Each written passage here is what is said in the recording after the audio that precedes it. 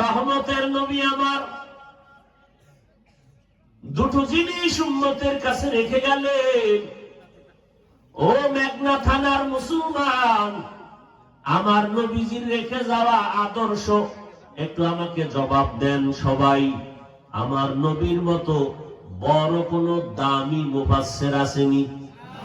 নবীর মতো দামি কোন পীর, কোন বুজুর্গ, কোন দার্শনিক, কোন বৈজ্ঞানিক, কোন ডাক্তার, কোন মুফতি, কোন মুফাসসির, কোন মুহাদ্দিস ছিল?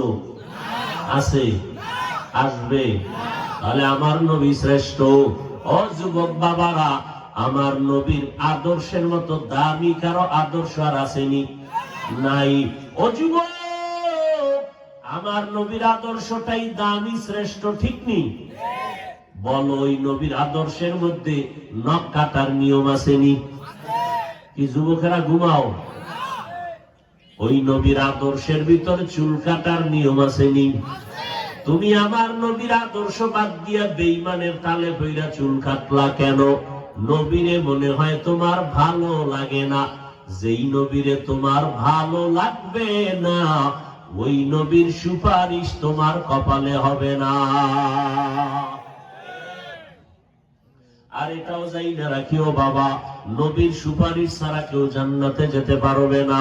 ও আল্লাহর বান্দারা, আমরা হুজুরেরা যত বাহাদুরির সাথে চিল্লাইয়া বয়ান করি, কথা বলি, আমগো পুঁজি হইল কোরআন। আমগো পুঁজি কি?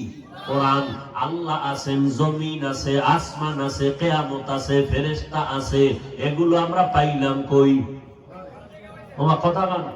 কোরআন থেকে পাইছি। এখন এই কোরআন এমন একটা কিতাব, এর মধ্যে কোনো ভুল নাই। অপচেষ্টা করলো ১৫০০ বছর পর্যন্ত, ভুল পাওয়া যায়নি। আজ পর্যন্ত কেউ ভুল বের করতে পারে নাই। বরং অনেক বিধর্মীরা নিজেরা ভুল বের করতে গিয়া মাথা নত করে কালেমা পড়ে মুসলমান হয়ে গেল। ও মেঘনার যুবক বাবারা, একটু চিন্তা করে বলো, আল্লাহর কোরআনে কোনো ভুল আসেনি? যদি একটা ভুল প্রমাণ করতে পারো, তাহলে প্রমাণ হবে পুরো কোরআনটাই ভুল। কথা ঠিক না? তার মানে কোরআনে যা আছে তা ভুল। তাহলে একটা ভুল বের করে যদি দিতে পারো, এখন দাড়িটা কেটে ফেলবো, সব এই টুপি দাড়ি ফালাইয়া প্যান্ট শার্ট টাই লাগায় রাস্তায় নাই, আল্লাহর বিরোধিতা শুরু করব, নাচ গান শুরু করব, কারণ কোরআন নাই, আল্লাহ নাই।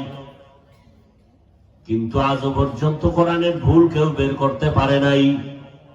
অতএব তোমার বিবেকের কাছে একটু প্রশ্ন রেখে গেলাম, ওই কোরআন যদিও তোমার অন্তর বলে সত্য, ওই কোরআনে যত কথা আছে তাও সত্য, ঠিক নি?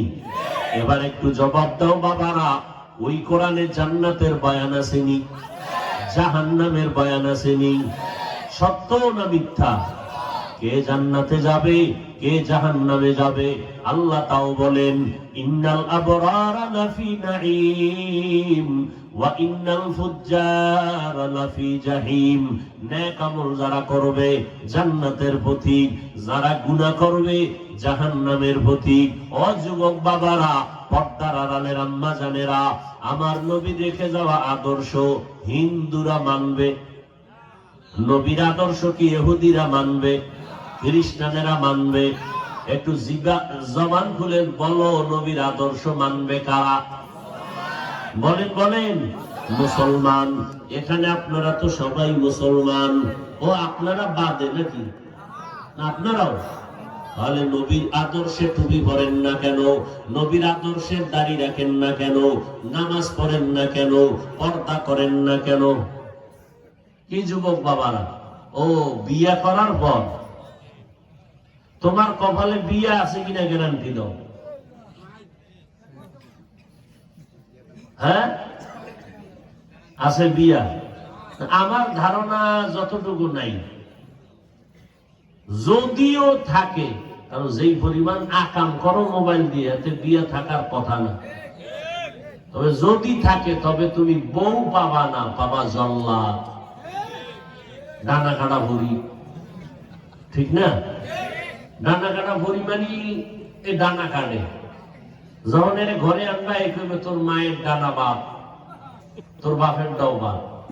দুজন খারাপ, তো কি করুন? ঢাকা ফেলার প্লট, তোমার লয়ে ঢাকা গেছে, ঢাকা যায় কয়েকদিন তোমারে খাইয়া চুষে সব তোমারে রাস্তার ফকির বানায় কইব তোর ডানাও কেটে বিদায়, হিজরত করলাম, ডানা কাটা ভরি। হাসিও না, তের ভাইবা চান্দু, কত ধানে কত চাল, সময় মতো হাসিও না।